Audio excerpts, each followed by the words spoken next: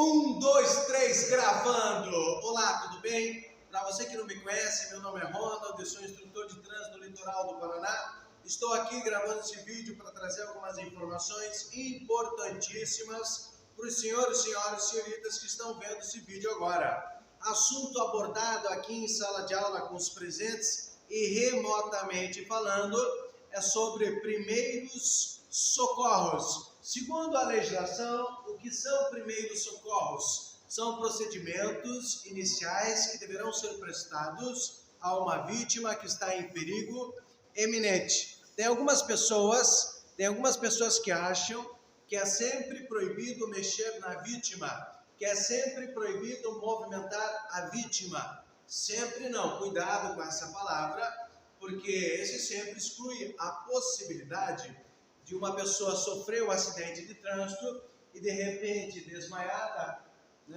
dentro do veículo, um princípio de incêndio. Diga-se de passagem que desde 2006 não é obrigatório o extintor de incêndio. Não sendo obrigatório o extintor de incêndio, uma pessoa desmaiada dentro de um automóvel, o que nós vamos fazer? Retirar a pessoa de dentro do veículo.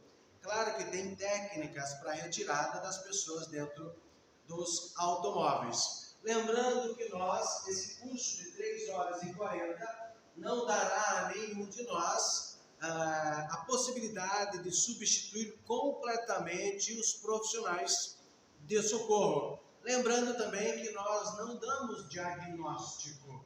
Não adianta mais fazer massagem cardíaca, não adianta mais fazer a respiração artificial, não adianta mais controlar a hemorragia. Nós não damos diagnóstico. Tentaremos utilizar de técnicas simples. Quem vai utilizar técnicas complexas é o socorrista, o médico ou o enfermeiro. Diga-se de passagem que em acidentes de trânsito, quando existe óbito, não é nem o socorrista que atesta o óbito, e sim o médico. Então imagine nós, pessoas leigas. Lembrando que esse curso é aplicado no mundo todo. Imagina só, uma pessoa escorrega no piso do banheiro, bate com as costas e para de respirar. O que fazer e o que não deverá ser feito? Ou então, quem sabe, alguém na cozinha mexendo com panela quente, água quente cai no corpo, o que fazer e o que não deverá ser feito? O que utilizar e o que não deverá ser utilizado? Primeiros socorros para leigos. Atenção, para você que está vendo esse vídeo agora, para as pessoas que estão aqui em sala de aula e as pessoas que estão em casa remotamente. Se você é um profissional da área da saúde, um médico, um enfermeiro, um socorrista, e está participando do processo de habilitação, lembre-se que as questões abordadas na prova é para leigos. Você, profissional da área da saúde, não pode responder como o profissional técnico. Exemplo, atenção todos, é proibido para leigos retirar o capacete do piloto e do passageiro. Mas imagine, o socorrista em processo de habilitação, ele tem técnicas para fazer isso. Se cair na prova dele, é permitido ou não retirar o capacete do piloto e do motociclista? Ele, sendo técnico, não estando preparado para responder essa questão, pode ser que ele erre. Então você que é técnico tem que responder como pessoa leiga. Outra situação que é proibido para leigos é o torniquete. O que seria o torniquete? Imagine uma região do corpo, a perna, o braço, o antebraço sangrando muito, está sangrando bastante. O torniquete nada mais é que tentar controlar esse sangramento, controlar essa hemorragia. Pode ser com uma tira de pano, pode ser com um cadarço, colocar acima da lesão e tentar fechar. Colocar nesse cadarço, nessa tira de pano, uma caneta, um pedacinho de galho de árvore, fechando como se fosse uma torneira, torniquete. Porém, é proibido para leigos.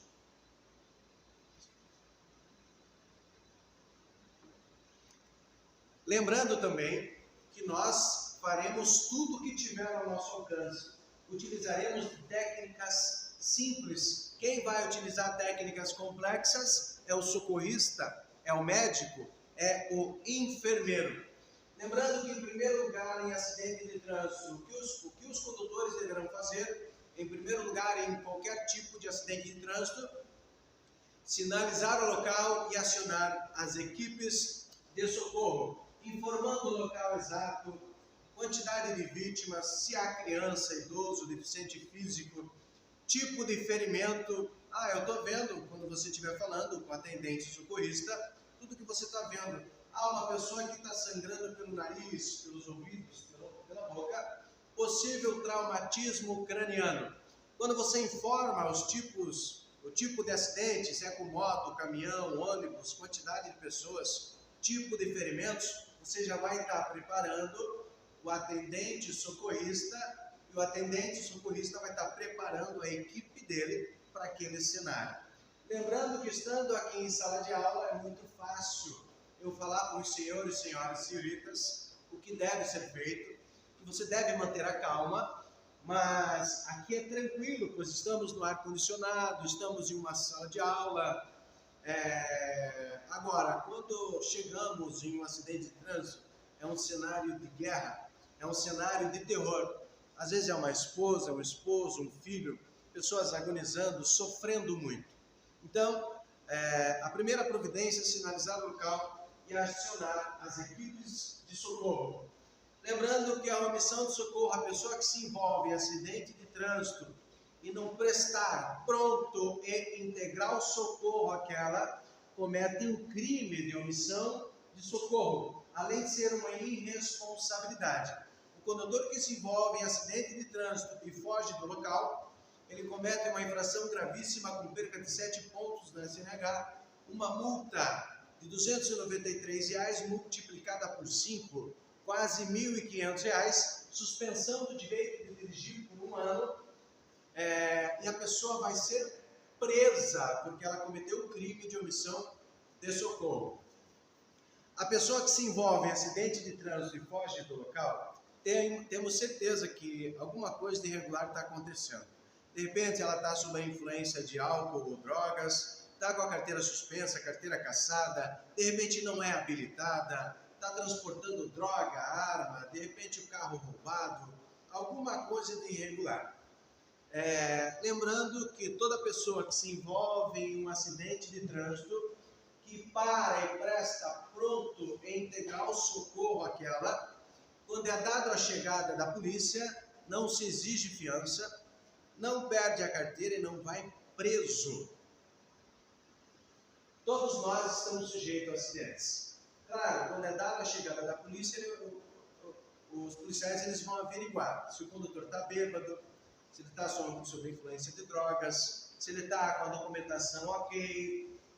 Diante da averiguação, fizeram o bafômetro e perceberam que está tudo ok. Acidentes acontecem. Todos nós estamos sujeitos a acidentes. Imagina o condutor voltando do trabalho para casa, cansado, não bebeu, uma criança atravessou na frente do automóvel dele, ele não conseguiu dominar o veículo, atropelou a criança. Quando é dada a chegada da polícia, esse condutor sinalizou o local, acionou as equipes, informou o acidente. Chegou a polícia, não é dado flagrante, não exige fiança, não perde a carteira. Claro que quando trata da vida de alguém, os peritos ou o juiz, se ele entender, atropelou um pai de família, esse pai de família é responsável por alimentar, por pagar as contas, pode ser que o juiz entenda que o motorista tem que, até que a criança atinja a maioridade, de repente 30% do salário dela, cesta básica, indenizar a família, mas não que ele vá preso, que ele vai ter a carteira suspensa, não, Acidentes acontecem. Dependendo do tipo de acidente, imagina no exemplo que acabamos de falar sobre criança. O condutor que atropela uma criança,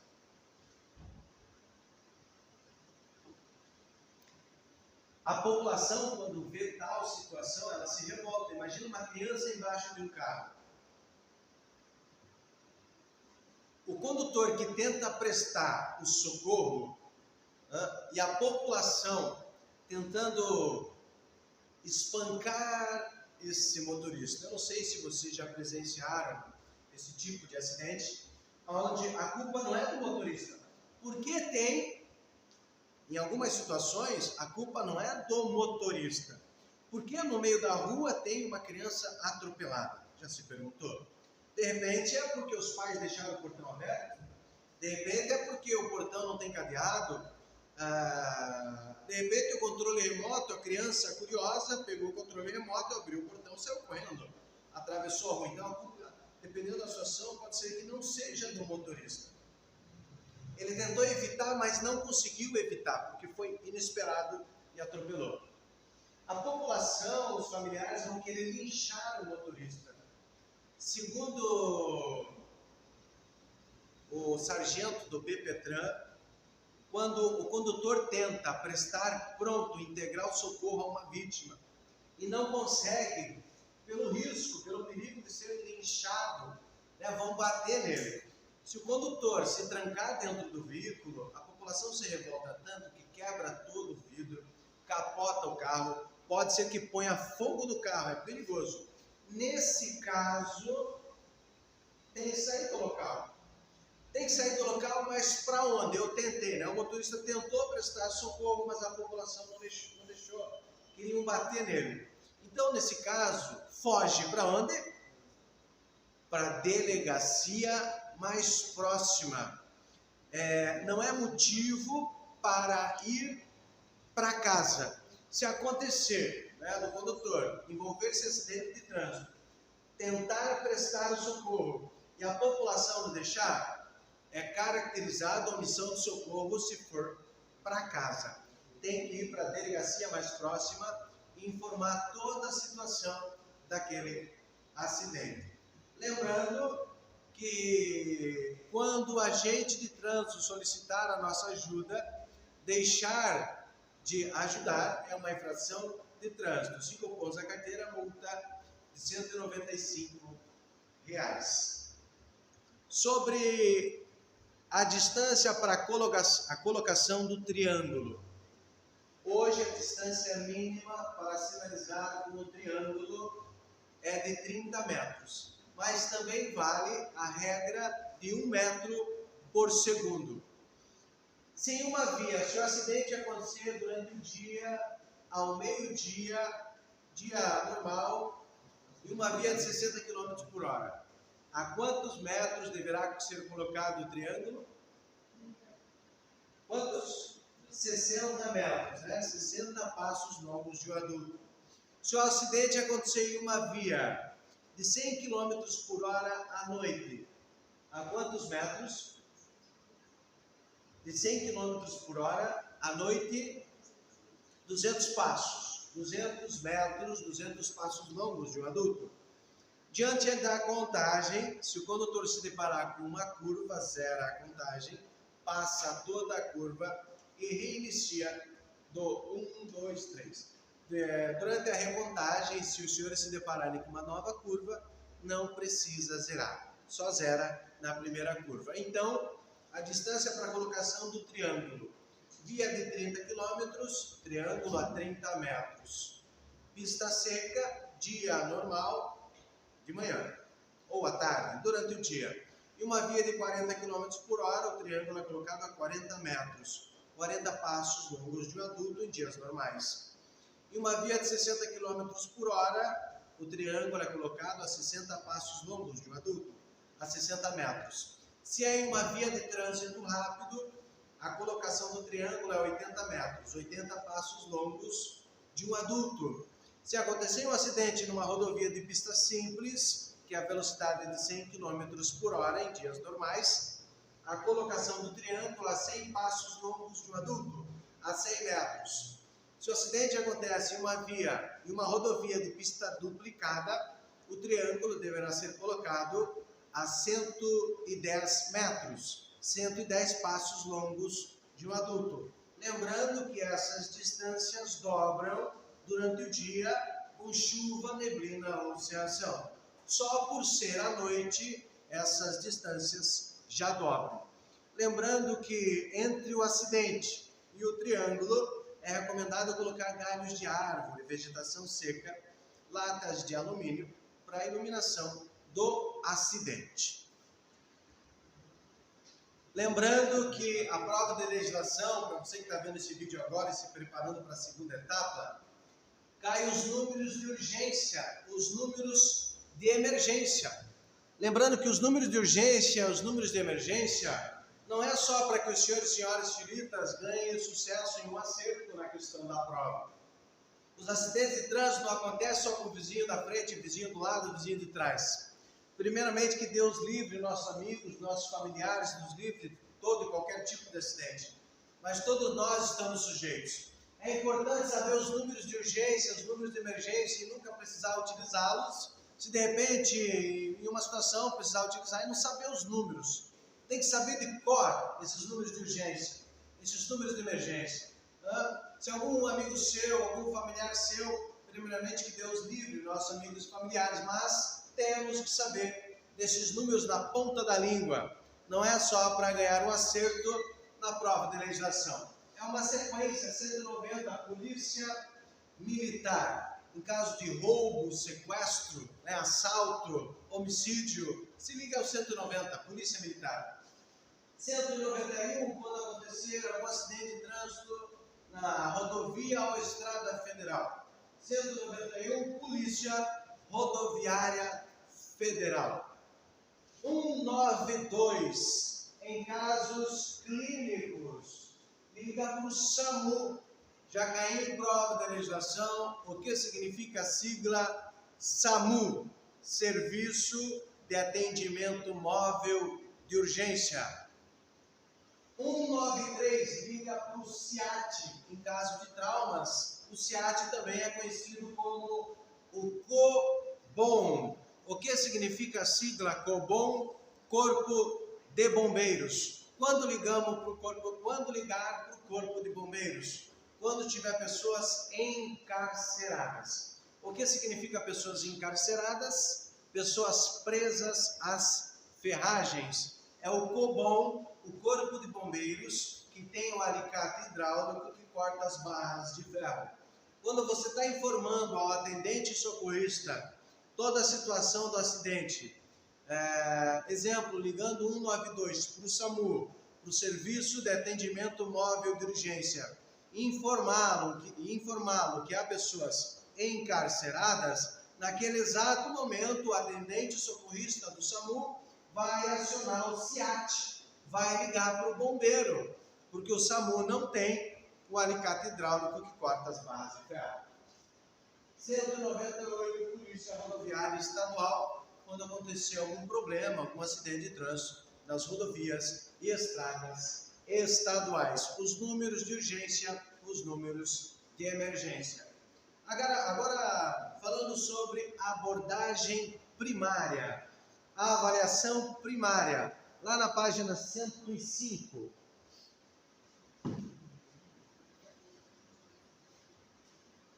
A primeira providência é sinalizar o local e acionar as equipes de socorro.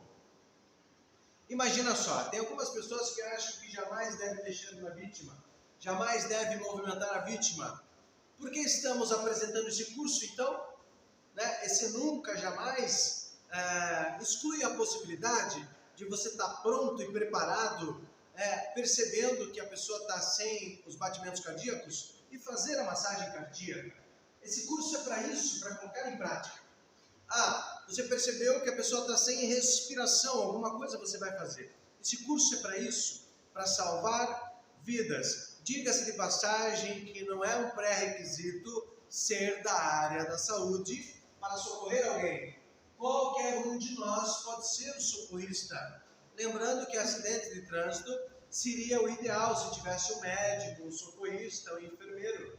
Mas na maioria das vezes vai ter pessoas como os senhores, pessoas como eu, pessoas leigas, que vai precisar ajudar. Lembrando que quando acontece um acidente, a pessoa vem a perder sangue, ela começa a sentir frio e sede. Não é recomendado dar nada para beber, nada para comer, porque não sabemos como está dentro do corpo a vítima. É perigoso.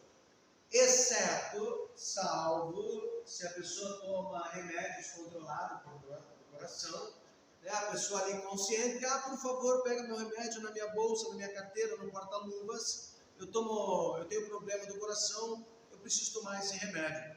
Se esse remédio for um comprimido, pode dar para essa vítima, mas tem que pedir para que ela coloque o comprimido embaixo da língua para dissolver, porque não sabemos como está dentro do corpo dela, é perigoso engolir.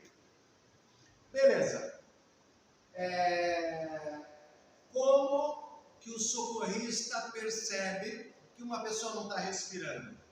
Como que nós conseguimos analisar a falta de respiração no corpo de uma vítima? A resposta no dia da tua prova, qual é? Simples. Não precisa nem ser socorrista, não precisa ser médico, não precisa ser enfermeiro para saber disso. Como que eu vou perceber que você não está respirando? Eu vou ver, eu vou tentar ouvir e vou tentar sentir a sua respiração. Ver o que nós vemos no corpo de alguém. O abdômen, se ele tem o serviço mecânico normal de respiração dela. Quando ele infla e murcha. Ele infla e murcha. Casado, solteiro. Casado, solteiro. Então o serviço mecânico é ver o abdômen, se ele infla, se ele murcha, se ele está funcionando. Isso é ver. Como que nós vamos ouvir a respiração de alguém? Vamos colocar nossos ouvidos próximo das vias respiratórias. Professor, das vias aéreas, né? Professor, o que são vias aéreas? Vias aéreas, nariz e boca. Então nós vamos colocar os nossos ouvidos próximos das vias aéreas, das vias respiratórias da vítima, para ouvir. Naquele exato momento que nós tentamos ouvir, nós também sentimos se há respiração, se sai o ar quente. Lembrando que nós também podemos tentar sentir a respiração de alguém com as costas da mão, colocar próximo do nariz e boca da vítima. Por que colocar as costas da mão e não a palma da mão? Hoje, com essas doenças transmissíveis, agora, século XXI, essa tal da Covid, que matou milhões de pessoas no mundo todo, se você colocar a palma da mão nas vias próximas das vias respiratórias para sentir a respiração, se há respiração no corpo dessa pessoa, ela pode estar ali com uma doença bacteriana. Legal essa palavra, né? Bacteriana, estou me sentindo médico aqui. De repente, você colocar a mão nos olhos, colocar a mão no nariz, colocar a mão na boca e ser infectado. Então não é recomendado colocar a palma da mão e as costas da mão. Como perceber a falta de respiração no corpo de uma vítima? Ver, ouvir e sentir. Viu, ouviu e sentiu que não há respiração. O que fazer? Não é recomendado para leigos fazer boca a boca. Os socorristas também, hoje em dia, eles não fazem a respiração artificial boca a boca. Os socorristas, eles utilizam o ambu. O ambu é um equipamento plástico, parece uma garrafa PET, e que o socorrista aperta e manda ar para os pulmões da vítima que está em parada respiratória. Não é recomendado para leigos a respiração artificial, mas é um procedimento que ajuda, é um procedimento, quando aplicado de maneira correta, salva vidas. Lembrando que o boca a boca não é lábio com lábio, O lábio é uma região muito mole e o procedimento da respiração artificial não funciona. Lembrando que entre as bocas não pode ficar nenhuma abertura. Como se faz a respiração artificial boca a boca? Nada mais é como se fosse encher uma bexiga, soprar do seu pulmão para dentro do pulmão de alguém. Apesar de não fazer parte do protocolo, hoje em dia foi descoberto diante da pandemia, uma pessoa que está sem respirar, se for feita massagem cardíaca, restabelece a respiração da vítima, sem precisar fazer o boca a boca. Porém, eu tenho que ensinar como é cobrado no manual, como é cobrado no CFC, e esse procedimento salva vidas quando aplicado da maneira correta. Você não tem um ambu, está lá no meio do mato, de repente alguém para de respirar, e você consegue fazer a respiração artificial, vai salvar uma vida. O ideal é colocar a pessoa numa superfície plana, numa superfície rígida, para fazer esse procedimento de respiração artificial. Devemos inclinar o queixo da vítima. Por que ela está sem respirar? Eu vi, eu senti que não há respiração na vítima. Por que não há respiração? De repente, balas, restos de alimento, próteses, dentadura, sangue, vômito, né? Ô Senhor, tem que limpar a região atingida com pano. Eu não vou colocar minha boca na boca de outra pessoa. Não é confortável esse procedimento, mas você pode improvisar uma sacola plástica, fazer uma abertura no meio da sacola, envolver no rosto da vítima e soprar ar para dentro dos pulmões dela. Por que devemos inclinar o corpo da vítima? Por favor, para quem está aqui na sala de aula, faça assim. Para quem está em casa, você que está em casa, fazendo aula remota, também faça assim, por favor. Coloca o queixo no peito.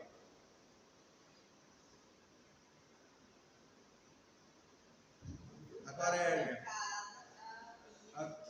Isso, agora ergue o queixo. Para facilitar a entrada do ar. Por isso que se inclina o queixo da vítima. Outra coisa, você tem que tampar o nariz da vítima para soprar ar dos pulmões dela. Por que temos que prender? Por que temos que tampar o nariz da vítima? É da vítima, não é o teu, né? É o nariz da vítima. A mão que faz o controle cervical, na avaliação primária e desobstrução das vias aéreas, essa mão que é feito o controle cervical, o indicador e o polegar se tampam o nariz da vítima e manda ar para os pulmões dela. Quantas vezes soprar o ar para dentro dos pulmões de alguém? De 12 a 18 vezes por minuto. Por que soprar todo o ar do seu pulmão em um adulto? Diferente no recém-nascido, diferente nas crianças, inclusive massagem cardíaca. Nós, seres humanos, respiramos de 12 a 18 vezes por minuto. Por isso que devemos soprar de 12 a 18 vezes por minuto. Por quanto tempo esse procedimento? Para ajudar alguém, a respiração de alguém voltar. Por quanto tempo? Até a chegada do socorrista. Lembrando que nós não damos diagnóstico. Imagina, uma pessoa desfalecida, aparentemente ali sem respirar, sem vida. Eu não posso falar não adianta mais. Você também não pode falar não adianta mais. Esse procedimento de respiração artificial tem que ser feito até a chegada dos socorristas e não poderá ser interrompido no transporte da vítima até o pronto socorro. Como perceber a falta de respiração no corpo de alguém?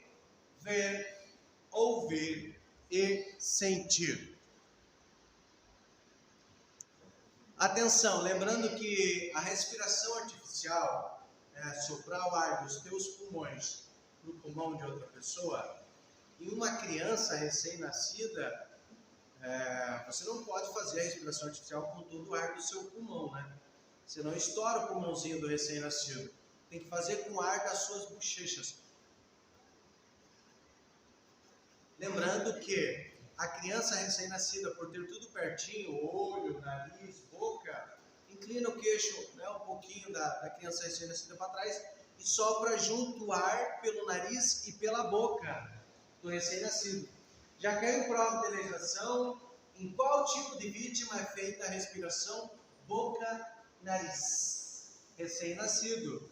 É nos recém-nascidos que se faz a respiração artificial boca-nariz. Lembrando que o estojo de primeiros socorros não é um equipamento obrigatório, mas é importante ter no carro, pois no estojo de primeiros socorros tem luvas, PVPI, metiolate, atadura, que vai ajudar, principalmente luvas de borracha. Nós não sabemos se a vítima tem algum tipo de doença transmissível, Então, é importante se proteger. Lembrando que nós vamos prestar socorro desde que o acidente não traga riscos para a nossa segurança, para a nossa vida. Procure não agir sozinho. Não devemos agir sozinho. Pegar ajuda dos curiosos, principalmente aqueles curiosos que estejam com roupas coloridas. Lembrando que nós não obrigamos ninguém a nada. Nós, com uma voz ativa, uma voz forte, uma voz de liderança, solicitaremos a ajuda de outras pessoas, não obrigando ninguém a nada. Normalmente, acidente de trânsito vai parar os curiosos, né? Então, quando os curiosos param diante do acidente, no meio da rua, de carro, de moto, é importante você que está controlando essa situação, é importante que você peça para que essas pessoas circulem com o automóvel, circulem com a bicicleta, não parem no local, né? Porque você está ajudando as pessoas ali para que aquela área do acidente fique mais segura para a chegada dos profissionais socorristas. Lembrando que os senhores e senhoras xeritas que estão vendo esse vídeo e os presentes, eu não sei se vocês já ouviram falar do curioso sem noção. Curioso sem noção. Tem um vídeo rolando na internet, onde os socorristas estão fazendo o trabalho e de repente chega um rapaz de bicicleta, ele desequilibra e cai no meio do socorrista. Sem noção. Isso é sem noção, né? Imagina, aquela pessoa está vendo o acidente de trânsito, ele está vendo que os carros estão danificados, para-choque quebrado, farol quebrado, ele chega e pergunta: quebrou? Quebrou? Não. Bateu? Não. Claro que bateu, claro que quebrou, né? Curioso sem noção tem um monte. Ou então, quem sabe, aquele curioso que chega bem assim, ó. Ele olha o acidentado, dependendo da situação, gemendo de dor, precisando de ajuda, e a pessoa chega bem assim: tá tudo bem aí?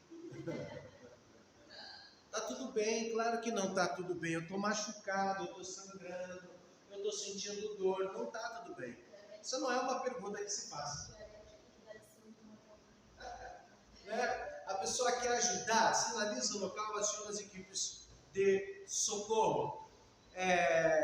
Então, lembrando que todo e qualquer acidente devemos manter a calma. Agora, ser solidário, escutar as queixas da vítima, procurar ajudar a pessoa da melhor maneira possível. Em que lado fica o coração? Que lado fica o coração? Eu aprendi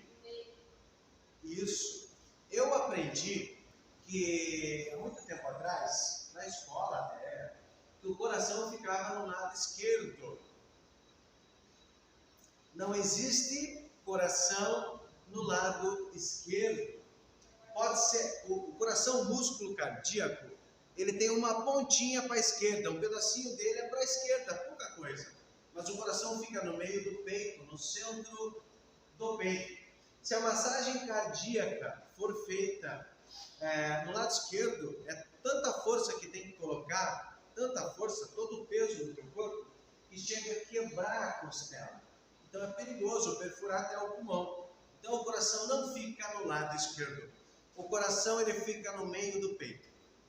Pergunta que não quer calar: como encontrar o coração?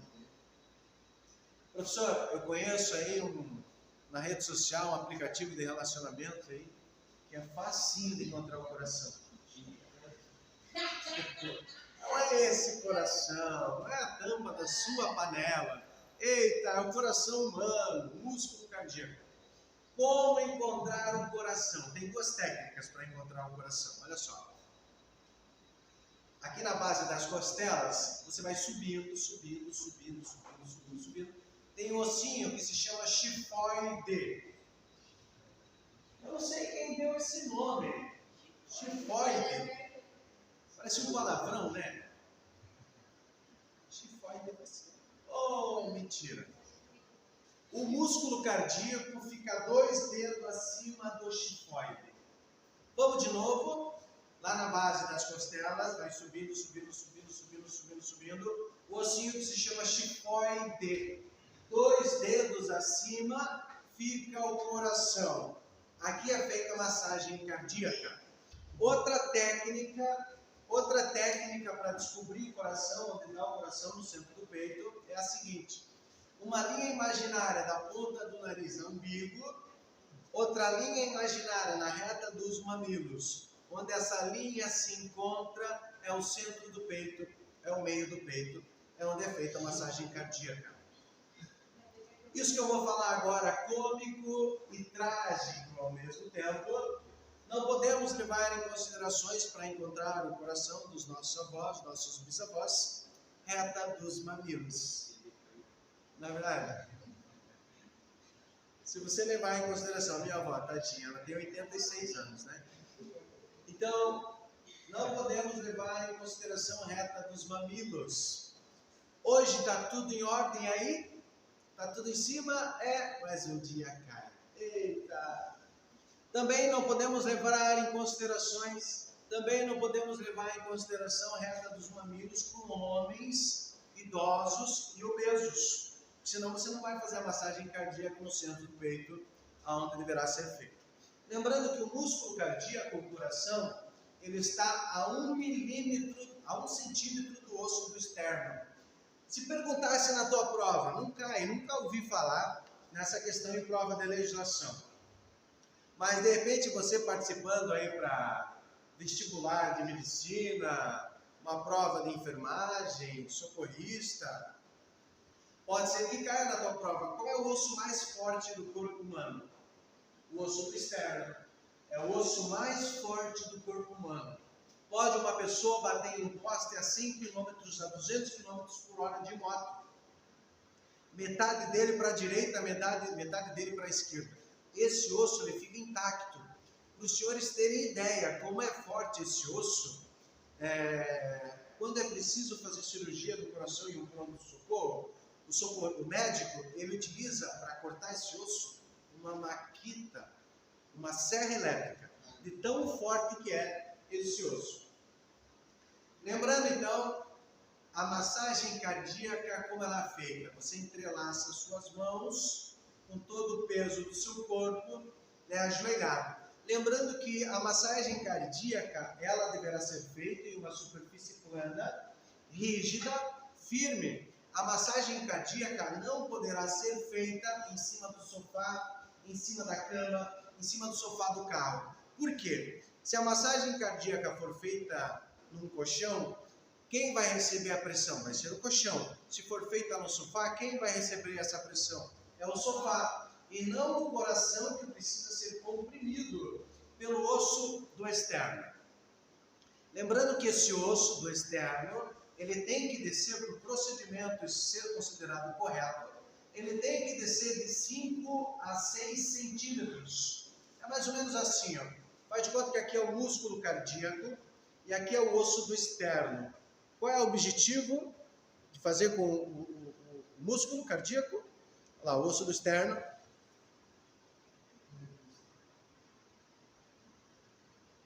Esse é o objetivo para fazer com que o coração volte a bater. Como analisar, como perceber a falta de circulação do corpo de alguém? E uma pessoa, na avaliação primária, depois de sinalizar o local, avaliação primária, controle da coluna cervical, desobstrução das vias aéreas, respiração, ver, ouvir, sentir. Em terceiro lugar, circulação. Como perceber a falta de batimentos cardíacos no corpo de uma vítima? Pessoas conscientes, artéria radial. O polegar é como se fosse a antena de um rádio. Artéria radial no pulso, em pessoas conscientes. Você conversando com a pessoa, moça, o teu nome? Meu nome é João, meu nome é Carla, está vindo de onde? Estou vindo do centro para casa. O nível de consciência dela na artéria radial. Agora você tenta se comunicar com a moça, moça, moço, moço, moça, ela está inconsciente. As pessoas inconscientes, o teste de pulsação deve ser percebido na artéria carótida, que fica entre o músculo e a traqueia.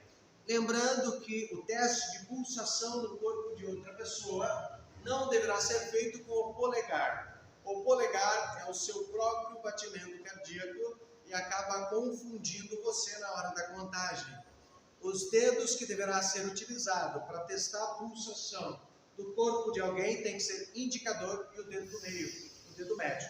Pessoas conscientes no pulso, pessoas inconscientes no pescoço. Lembrando que em acidentes de trânsito a pessoa começa a sentir frio. Então é recomendado colocar mantas, cobertores para aquecer a vítima. Está um sol tremendo, a pessoa está de moto no meio da rua. É recomendado ali um guarda-sol para fazer sombra para ela, um guarda-chuva, fazer de tudo que tiver ao nosso alcance. Então, a avaliação primária. Agora, na avaliação secundária, ainda não chegou os socorristas, ainda não chegou o SAMU, ainda não chegou o bombeiro. E você percebeu que a pessoa está numa parada cardiorrespiratória. Quais são as características de uma parada cardiorrespiratória? Ausência de pulsação, ausência de movimentos cardíacos e ausência de movimentos respiratórios. Lembrando que essa palavrinha ausência significa o quê? Significa a falta. Exemplo, se eu estivesse fazendo uma chamada aqui na sala de aula e chamar determinado aluno, esse aluno não veio, significa que ele está o quê? Ausente. Então, ausência significa a falta. A pessoa que está em uma parada cardiorrespiratória, ela tem ausência de pulsação, ausência de movimentos cardíacos e ausência de movimentos respiratórios. Então, nós vamos tentar restabelecer a respiração e tentar fazer com que volte a circulação, os batimentos cardíacos da vítima de acidente de trânsito. Então, na hora vimos, ouvimos e sentimos, não tem respiração. Analisamos na artéria carótida que não há circulação sanguínea, não tem batimentos cardíacos. Temos que iniciar imediatamente a reanimação da vítima. É um ciclo de 4 vezes. A pessoa que está em parada cardiorrespiratória tem que fazer 2 respirações artificiais e 30 massagens cardíacas. 2 respirações, 30 massagens, 2 respirações, 30 massagens, 2 respirações, 30 massagens. 4 vezes. 5 segundos para reavaliar se voltou a respiração da vítima. 5 segundos para reavaliar se voltou os batimentos. Se não voltou e o socorrista ainda não chegou, você deve continuar o processo, o ciclo de 4 vezes. 2 respirações, 30 massagens, 2 respirações, 30 massagens, 2 respirações, 30 massagens, 2 respirações, 30 massagens e 5 segundos para reavaliar se voltou a respiração da vítima. Lembrando que se tiver uma pessoa a mais te ajudando, é melhor. Por que é melhor? Esse procedimento de respiração boca a boca, esse procedimento de massagem cardíaca, ele cansa muito. Então é importante, se você estiver fazendo a respiração artificial e outra pessoa estiver fazendo a massagem cardíaca, você faz o primeiro ciclo, na hora de reavaliar se voltou, troca. Você que estava fazendo a respiração vai para a parte da massagem cardíaca, você que estava fazendo a massagem cardíaca vai para a parte da respiração.